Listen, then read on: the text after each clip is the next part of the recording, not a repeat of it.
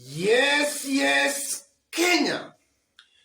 Tamu sana is tamu sana. About 3 days ago, Kalonzo Musyoka and the Oka team were in Kiambu County. And Kalonzo Musyoka challenged Raila Odinga to retire with Uhuru Kenyatta come next year. That was Kalonzo Musyoka about 3 days ago.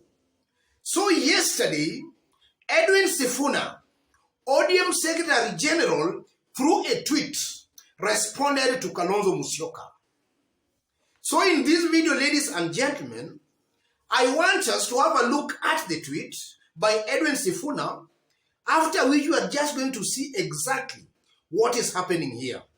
Is Kalonzo Musyoka and Raila Amolo Odinga splitting once again, or are they playing some kind of very high-level politics that maybe a majority of Kenyans may not know? That's what I want us to find out in this video right now. And before we do that, let's have a look at the tweet by Edwin Sifuna. Edwin Sifuna. If Stephen Kalonzo Musyoka had not been unreasonably greedy, in 07, Raila would have finished his 2 terms in 2017. We would all now be campaigning for Kalonzo's re-election under the original ODM party. And then Edwin Sifuna attaches that video there of Kalonzo Musyoka calling upon Raila Amolo Odinga to retire come next year. What does this all mean, ladies and gentlemen? That's our analysis and discussion today. So if in case you've just bumped here for the very first time, subscribe, give this video a like. Give it a like, please. Thank you. God bless you. God bless Kenya. Straight to our analysis and discussion. Some few months ago, Kalonzo Musyoka shocked the whole nation when he stated that it would be very stupid to support Raila Amolo Odinga for the 3rd time without a measure of reciprocity. Yes. And during that time, Kalonzo, in most of his occasions, his handlers were actually attacking Raila Amolo Odinga, and Kalonzo also at that time was seemingly attacking Raila Amolo Odinga. And then Edwin Sifuna again at that time told Kalonzo that Raila had not sought his help, or rather Raila had not approached him for help. And after that, things cooled down and Kalonzo slowed his attacks on Raila Amolo Odinga. That was some few months ago.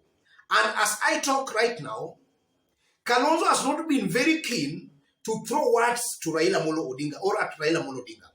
And we have been seeing Kalonzo Musyoka very aggressively attacking William Ruto.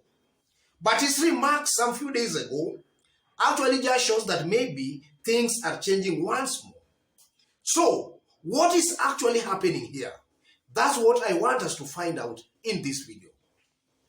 The first thing that comes out clearly from this whole incident, it seems to appear to me that Kalonzo Musyoka and Edwin Sifuna, hawa wanajuana kwa vilemba, they know one another.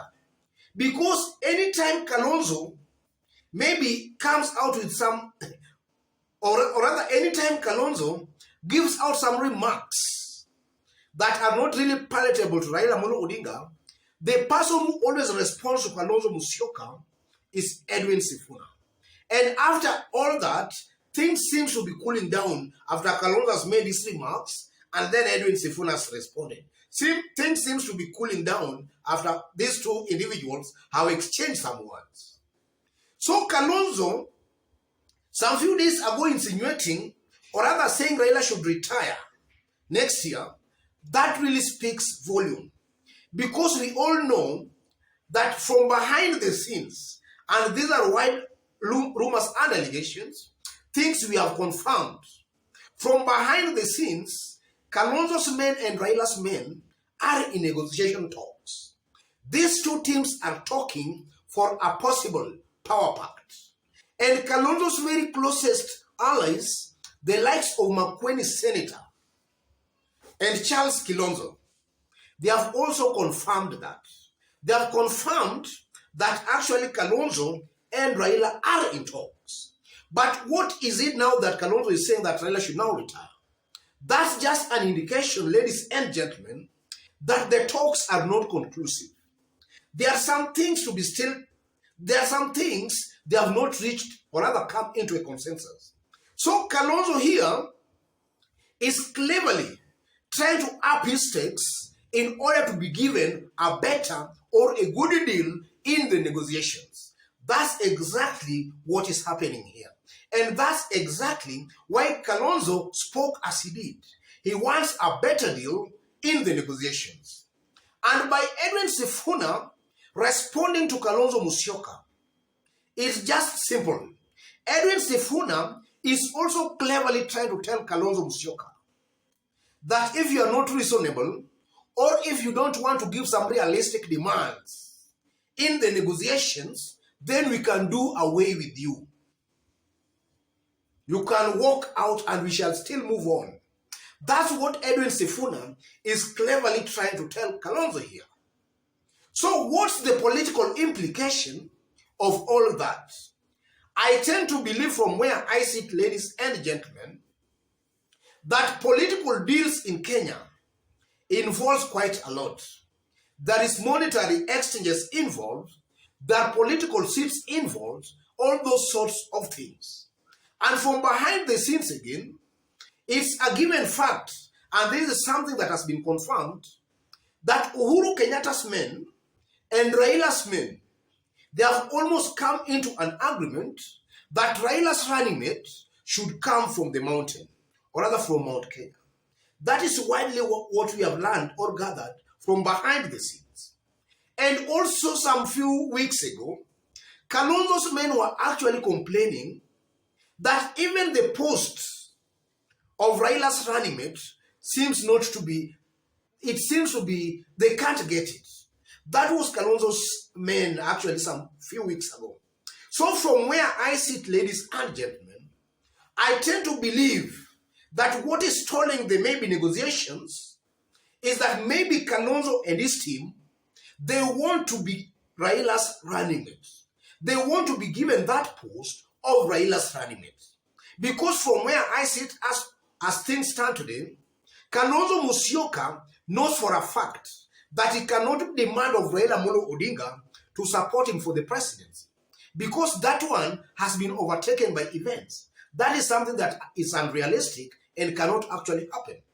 So I strongly believe that what might be causing the tension and the confusion is that Kalonzo insists, and his men maybe, that Raila should actually give them the running mate position.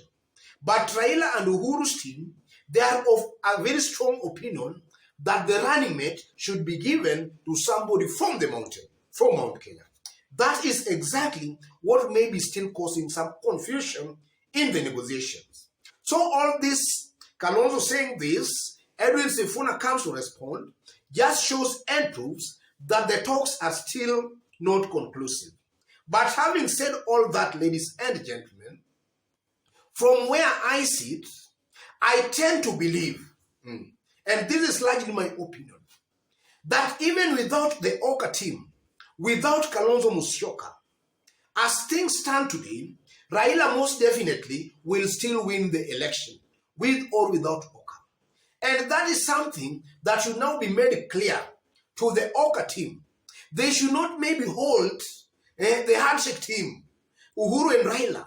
They should not hold these two principles hostage, because at the end of the day, I still believe Raila will still easily win the presidency, even without this team. That's my considered opinion, ladies and gentlemen. And as I did state when we were starting, if you've just bumped here for the very first time, kindly subscribe, give this video a like. Give it a like, please. If you are watching us for the very first time, and you are watching us outside Kenya, drop a comment, let us know from which part of the globe you are watching us from. Drop a comment, please. Let us know from which part of the globe you are watching us from. And if possible, also subscribe. Give this video a like. Give it a like, please. And to our fans and subscribers here, I'm very much humbled, very grateful for the kind of support you are giving me here by constantly giving our videos likes, constantly dropping your comments. God bless you. God bless Kenya. And to any other person, that's the kind of analysis we do here. We don't beat about the bush. We go straight to the point. We hit the nail on the head. God bless you. God bless Kenya. Tamu sana, tamu sana, tamu sana.